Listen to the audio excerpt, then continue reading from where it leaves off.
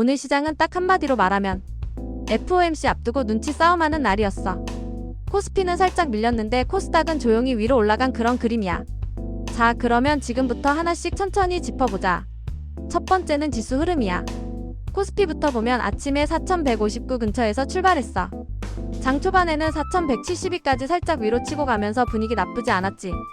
근데 위로 갈수록 매물이 계속 나오면서 4123선까지 한번 눌렸고 결국에는 4135에서 마감했어. 이틀 연속으로 소폭 조정이 나온 셈이야. 코스닥은 분위기가 조금 달랐어. 시가가 932 근처였는데 장중에 936까지 올라가면서 꾸준히 매수세가 들어왔고 중간에 927선까지 눌리는 구간은 있었지만 다시 반등하면서 935에 마감했지. 코스닥은 이렇게 해서 3거래일 연속 상승 흐름을 이어간 거야. 두 번째는 시장을 움직인 요인이야. 오늘 시장을 움직인 요인은 크게 4가지야. FOMC 대기 해외 증시 혼조 금리 인하 기대가 만든 바이오 강세 그리고 통신과 개별 이슈들이 있었어. 먼저 제일 큰 건 FOMC야. 지금 CME 패드워치 기준으로 12월에 25bp 인하 가능성이 87 정도까지 반영돼 있거든. 시장 입장에서는 금리 인하는 거의 기정사실처럼 보고 있는 분위기야. 그래서 이제는 인하 자체보다 점도표가 얼마나 매파적으로 나오느냐, 위원들 의견이 얼마나 모이느냐, 파월이 기자회견에서 어떤 톤을 쓰느냐 이런 데 관심이 쏠려 있어. 결과 발표가 한국 시간으로 내일 새벽이라 오늘은 그냥 포지션 크게 안 잡고 관망하는 쪽이 우세했지. 다음으로 해외 증시가 애매했어. 밤사이 뉴욕도 혼조였고 유럽도 나라별로 엇갈렸거든. 아시아 쪽도 대만은 올랐는데 일본이랑 중국은 빠지면서 방향성이 딱 안 나왔어. 그래서 우리 시장도 뭔가 한쪽으로 쏠리기보다는 종목 장세 느낌이 강했지. 이어서는 금리 인하 기대가 만든 섹터별 차별화야. 미국 금리 인하 기대가 계속 살아있다 보니까 제약 바이오 쪽 투자 심리가 확실히 좋아졌어. 비만 치료제 같은 성장 스토리 있는 쪽으로는 돈이 들어오고 반대로 경기 민감이나 금융 쪽에서는 부담이 좀 나오는 그림이었지. 마지막으로 정책과 개별 이슈들이야. 과기정통부가 이동통신 주파수 재할당 세부 방안을 확정하면서 통신장비 일부가 반응을 했고 SK하이닉스는 자사주를 활용한 미국 증시 상장 기대감이 부각됐어. 삼성 SDI는 미국에서 2조 원대 ESS용 LFP 배터리 공급 계약 소식이 나오면서 주가가 움직였고 동양고속은 반포 서울고속버스 터미널 60층 빌딩 재개발 수혜 기대가 붙으면서 완전 급등이 나왔지. 세 번째는 업종 흐름이야. 오늘은 성장주와 경기 민감주, 방어주 사이 온도차가 꽤 뚜렷했어. 먼저 성장 쪽을 보면 코스피에서는 전기전자 같은 반도체 중심 업종이 강했고 코스닥에서는 제약과 의료 관련 업종이 눈에 띄었어. 특히 코스닥 제약 쪽은 비만 치료제 기대감이 겹치면서 섹터 전체 분위기가 꽤 살아난 모습이었지. 반대로 경기 민감이나 금융 쪽은 힘이 빠졌어. 유통이나 운송, 건설, 금융 관련 업종들이 전반적으로 약했고 증권주도 같이 밀렸거든. FOMC 앞두고 방향이 안 나온 데다가 단기 반등 이후 차익 매물이 섞인 느낌이야. 방어 성격 업종도 오늘은 완전 안전판 역할을 하진 못했어. 전기, 가스나 일부 통신 관련 업종은 오히려 약세였지.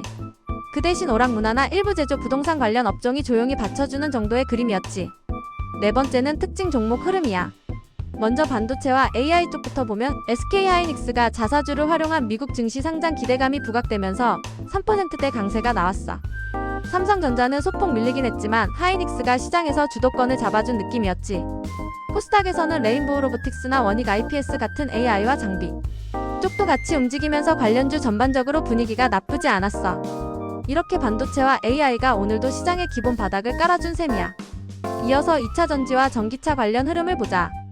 삼성 SDI가 미국에서 2조 원대 ESS용 LFP 배터리 공급 계약을 따내면서 2%대 상승이 나왔어. LG에너지솔루션은 소폭 조정이었고 현대차랑 기아도 오늘은 약세 쪽에 있었지. 그래도 삼성 SDI 덕분에 2차 전지 섹터 전체가 완전히 죽은 그림은 아니었어. 전기차보다는 ESS 쪽 스토리가 더 부각된 하루였다고 보면 돼. 다음은 제약 바이오와 비만 치료제 테마야. 코스닥에서 고바이오랩, 큐라티스, 올릭스, 삼천당제약 같은 종목들이 5% 이상씩 강하게 올라왔고 ABL 바이오, 펩트론, 리가켄 바이오, D&D파마텍 같은 종목들도 전반적으로 플러스권이었어. 비만 치료제 시장 성장 기대감에다가 미금리 인하 기대까지 겹치면서 바이오 쪽으로 자금이 확실히 쏠린 모습이야. 반면 HLB나 에임드 바이오처럼 일부 종목은 조정을 받으면서 섹터 안에서도 종목별 온도 차는 있었지. 그래도 전체적으로 보면 바이오가 오늘 코스닥 상승을 이끈 주인공이었어. 이어서 통신 장비와 정책 수혜 쪽을 보자. 과기정통부가 이동통신 주파수 재할당 세부 방안을 확정했다는 소식에 RFHIC, 대한광통신, KMW 같은 통신 장비주들이 3%에서 7%대까지 올랐어. 정책 방향이 어느 정도 가시화되면서 관련주 전반적으로 모처럼 거래가 붙은 날이었지.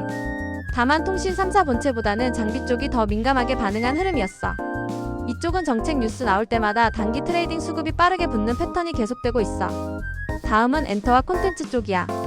RBW, SM, 디어유 같은 종목들이 1%에서 6%대까지 올랐거든. 주요 엔터주들의 내년 실적 전망이 긍정적으로 나오면서 엔터와 관련 플랫폼 쪽으로 수급이 조금씩 돌아오는 모습이야. 오락문화 업종이 코스피와 코스닥 모두에서 상대적으로 강했던 것도 이 흐름이랑 연결돼 있어. 마지막으로 개별 이슈와 특수 상황 종목들이야. 동양고속은 또 다시 반포 서울고속버스 터미널 60층 빌딩 재개발 수혜 기대가 붙으면서 상한가를 기록했어. 코스닥에서는 셀바스 AI, 셀바스 헬스케어가 20%에서 29%대 급등을 했고 그룹 차원의 의료 AI 프로젝트와 신규 플랫폼 사업 본격화 기대가 반영된 모습이야. 신규 상장주인 페스카로는 상장 첫날 70%대 급등을 보이면서 단기 수급이 강하게 몰렸지. 이런 종목들 덕분에 오늘 시장은 지수보다 개별주 장세 느낌이 더 강하게 났지. 전체적으로 보면 대형주는 코스피 쪽에서 하락 종목이 더 많았고 코스닥은 시총 상위에서 상승 종목이 조금 더 우세한 구조였어.